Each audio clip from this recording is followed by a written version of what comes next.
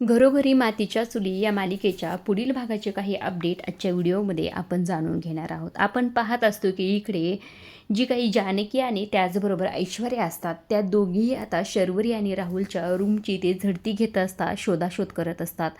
मात्र त्यांनी बराच वेळ शोधाशोध करून सुद्धा त्यांना इथे विक्रांतचा फोन काय सापडत नसतो. पूर्ण बॅग काढलेले असतात, त्याचबरोबर कपडे सुद्धा बाजूला केलेले असतात. आता त्यांना कळत नसतं नेमकं हे काय होतंय, आपल्याला काहीच कसं भेटत नाही. त्यावर जानकी म्हणत असते, आपलं काही चुकत तर नाही ना ऐश्वर्या, आपण उगाच शर्वरी वंशवर संशय तर नाही ना घेत. असं म्हटल्यानंतर इकडनं ऐश्वर्या म्हणत असते, असं काही नाही जानकी, आपण जो विचार करतोय तो अगदी बरोबर आहे. हे बघ, शर्वरी फार हुशार आहे, आपल्याला आता तिच्यासारखाच विचार करायला हवा. असं म्हटल्यानंतर आता दोघीही विचार करू लागतात. तेव्हा जानकीच्या एक गोष्ट लक्षात येते. ती म्हणत असते की ऐश्वर्या, तुला आठवतंय शर्वरी वंशनी जेव्हा पैसे चोरले होते तेव्हा त्यांनी ते माझ्या खोलीत ठेवले होते.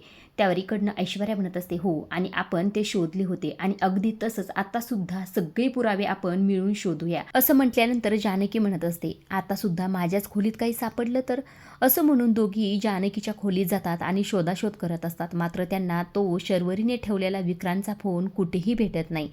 आता इथे जी काही ऐश्वर्या असते ती म्हणत असते, आपण सगळ्याच खोलीची झडती घेतली. त्यावर जानकी म्हणत असते, शर्वरी वंशनी नेमकं विक्रांत भाऊजींचा तो फोन ठेवला तरी कुठं असेल, असा इथे जानकी विचार करत असते. इकडे दुसऱ्या बाजूला शर्वरी स्वतःच्याच मनाशी म्हणत असते, तुम्ही दोघी ज्या कामासाठी घरी थांबलात ते काम तुमचं कधीही पूर्ण होणार नाही, असं म्हणून खुश होत असते. इकडे दुसऱ्या बाजूला ह्या दोघींची शोधाशोध सुरू असते. मात्र काही केल्या त्यांना तो मोबाईल भेटत नसतो.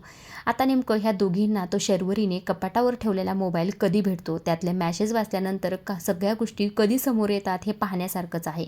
आजच्या पुरतं एवढंच. अशा डेली मालिकेचे अपडेट प्रोमो जर जाणून घ्यायचे असतील तर आपल्या चॅनलला जरूर सबस्क्राईब करा. तोपर्यंत पाहत राहा घरोघरी मातीच्या चुली.